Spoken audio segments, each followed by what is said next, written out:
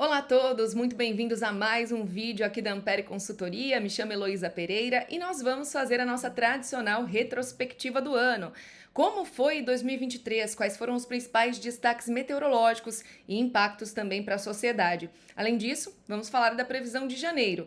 Será que depois de tanta chuva irregular e calor, janeiro vem com uma perspectiva um pouquinho diferente? Como fica esse início de 2024? Bom, vamos lá. Falar de janeiro de 2023 é falar de presença de zona de convergência do Atlântico Sul. O mês foi marcado por grandes acumulados, inclusive no sul de Minas, entre as bacias do Rio Grande, Paranaíba. Só que a população sofreu bastante com essas chuvas muito expressivas, especialmente o pessoal do sul de Minas, né? A gente procurou aí no histórico de notícias do Google, muitos alagamentos, enchentes, né, transtornos da população foram registrados por causa dos mais de 400 milímetros de chuva. Por outro lado, as afluências, né, os rios, a geração de energia foi muito beneficiada, inclusive a taxa de recessão da energia natural afluente, né, da passagem dessa água pelos rios, foi até menor do que no ano anterior, já que a gente vinha de um ano hidrológico bom, né? O carregamento, que a gente chama na meteorologia, estava muito incrível.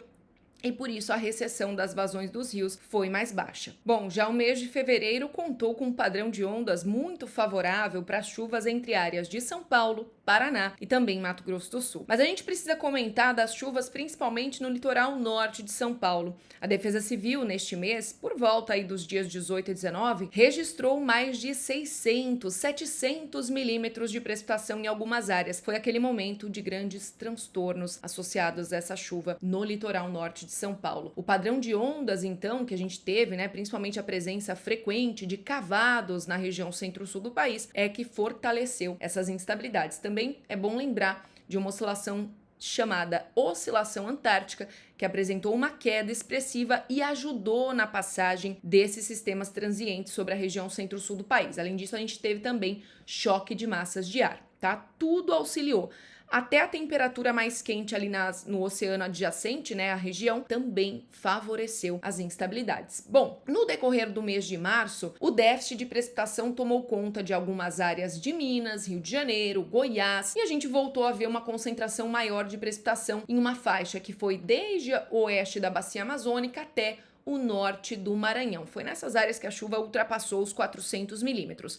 E nessa época também tivemos o destaque para a formação de um El Niño costeiro. Quem se lembra, né, daquelas notícias de chuva torrencial na região do Equador, Peru, teve muita instabilidade naquela região. E aí a gente começou já a acender o alerta. Será que esse ano tem potencial para ser um dos El Niños mais fortes de todos os tempos? Por quê? Porque o Ninho 1.2 naquela época atingiu cerca de 2,4 graus de anomalia positiva. Comparando com todos os eventos de El Niño em seu início de ano, ele foi o mais forte da história para essa região do Ninho 1.2. Em abril, contrariando as expectativas, né, uma vez que o Ninho 1.2 estava mais aquecido e a maioria dos modelos não indicava a incursão de uma massa de ar frio com grande intensidade no centro-sul do país, tivemos a primeira onda de frio do outono, que inclusive causou registro de neve e também precipitação invernal no estado de Santa Catarina. As chuvas mais volumosas novamente ficaram concentradas na faixa norte do Brasil, apesar de terem sido abaixo da média. Vamos nos atentar a isso porque lá na frente, essa chuva abaixo da média desde o começo do ano em grande parte da região norte foi uma das causas da estiagem, inclusive na Zona Franca de Manaus. Para maio, temos o destaque das chuvas volumosas no litoral da região nordeste do Brasil, em especial do litoral norte da Bahia até o litoral de Pernambuco. As chuvas ali ficaram intensificadas principalmente pela atuação das ondas de leste. Enquanto isso, a porção central do Brasil, como é comum para essa época do ano, voltou a registrar condição de tempo mais estável. Inclusive, as ondas, né, distribuídas aqui pelo globo desfavoreceram a chuva na maior parte do Brasil em grande parte do mês, tanto que o predomínio foi de movimentos descendentes na camada média atmosférica. Em junho, o grande destaque fica por conta da passagem de um ciclone extratropical em meados do mês. A gente teve uma forte chuva e volumosa entre áreas, principalmente da região metropolitana de Porto Alegre, que quem viveu esse cenário, né,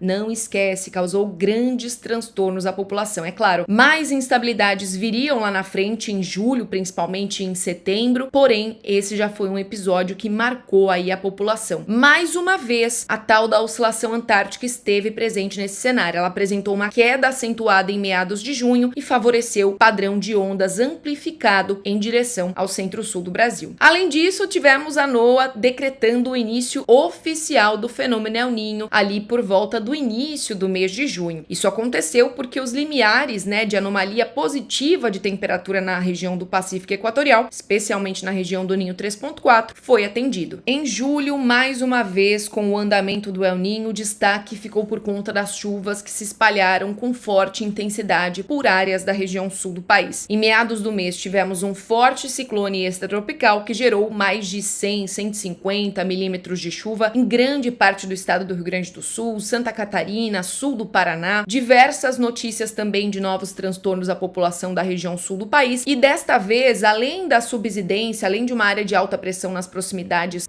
da América do Sul, a gente teve o surgimento de um ciclone na altura do Atlântico Sul. Um ciclone um pouco mais persistente ali que favoreceu a formação de sistemas transientes, que são cavados, frentes frias, instabilidades, e isso acabou facilitando a formação aí desse ciclone extratropical. Já o agosto contou com alguma redução da chuva no sul do país, apesar de a gente ter tido alguns episódios, não foram tão caóticos quanto o que ocorreu ao longo de julho, mas a chuva ocorreu de forma atípica em alguns pontos das áreas centrais. Não foi uma chuva volumosa, muito bem espalhada, mas foi o suficiente para a gente ver o número de queimadas, o número de focos de incêndio ficar um pouco diminuído ao longo desse agosto do que nos anos anteriores, pela formação de nebulosidade, algumas pancadas de chuva ao longo do mês. Só para a gente ter uma ideia também, as ondas equatoriais, tais como ondas de Rossby, Kelvin, Madden-Julian, favoreceram sim as instabilidades em algumas áreas centrais do Brasil, apesar de não ter sido um volume super expressivo, já que isso não é típico da época. Já para o decorrer de setembro, o destaque ficou por conta de chuvas muito volumosas no sul do Brasil, uma situação de bloqueio ômega invertido, acabou favorecendo muita água, mais de 450 milímetros entre pontos do Rio Grande do Sul, principalmente. Essa chuva, mais uma vez, causou transtornos aí à população gaúcha. Esse cenário esteve mais uma vez no contexto de ondas equatoriais desfavorecendo a chuva nas áreas centrais do Brasil e favorecendo a passagem de transientes no extremo sul. Um cenário aí bem caótico, enquanto boa parte das áreas centrais e norte do Brasil amargavam um calor muito intenso, aquela onda de calor principalmente de meados de setembro.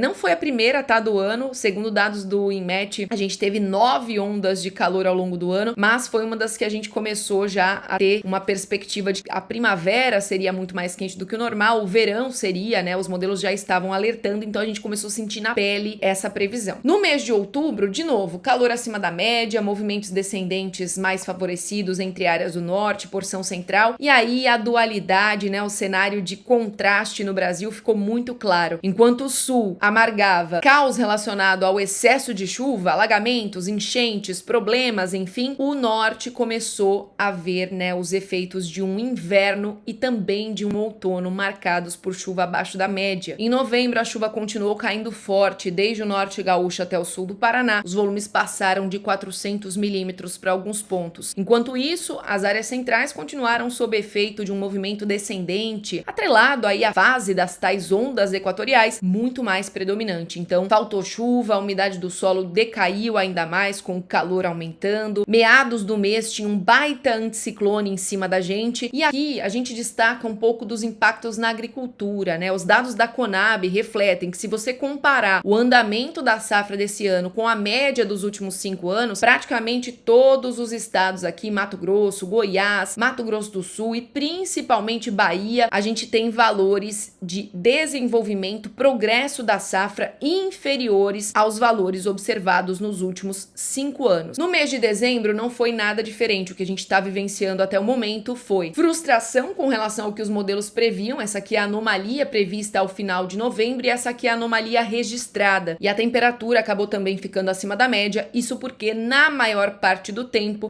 estávamos sob efeito de ondas equatoriais de um padrão que favorecia supressão, ou seja, movimentos descendentes para cima da América do Sul. Então não foi um mês fácil, foi o registro pelo menos da 9ª onda de calor segundo dados do INMET, e essa é a carinha do nosso desenho. E agora vamos falar um pouquinho do que vem por aí, porque depois de tanta chuva irregular e calor acima da média, os modelos de previsão indicam um cenário um pouco diferente para o decorrer de janeiro. Os modelos estão prevendo chuva acima da média para esse setor centro-norte do Brasil e ligeiramente abaixo da normalidade para partes do centro-oeste. A indicação é de chuva boa para o decorrer do mês de janeiro, porque a média climatológica é mais alta. Então, mesmo que essa chuva fique abaixo da média, a gente sabe que o volume médio climatológico ele ultrapassa os 200, 250 milímetros. Então, dá para dizer que nesse mês de janeiro, os modelos, pelo menos para a primeira quinzena do mês, esperam uma mudança mais significativa de padrão. Só para a gente ter uma ideia, peguei um dos modelos aqui que a gente anda acompanhando e coloquei para vocês por semanas, né? De 30 do 12 a 5 do 1, depois até o período de 27 do 1 a 2 do 2. A cada semana vocês podem notar que esse modelo, no qual a gente combina previsão do modelo americano, europeu, há perspectiva de formação de um canal de umidade conectando a região norte com a parte do centro-norte do Brasil. Então essa perspectiva é de uma chuva mais abundante, mais volumosa, inclusive para as áreas produtoras de grãos do estado de Mato Grosso, a gente tem mais de 50, 70 milímetros sendo previstos. Só que há um novo período de quebra sendo sinalizado pelos modelos. Inclusive, nas previsões mais antigas, a gente não via isso com tanta clareza e agora os modelos estão prevendo essa desconexão da umidade, né?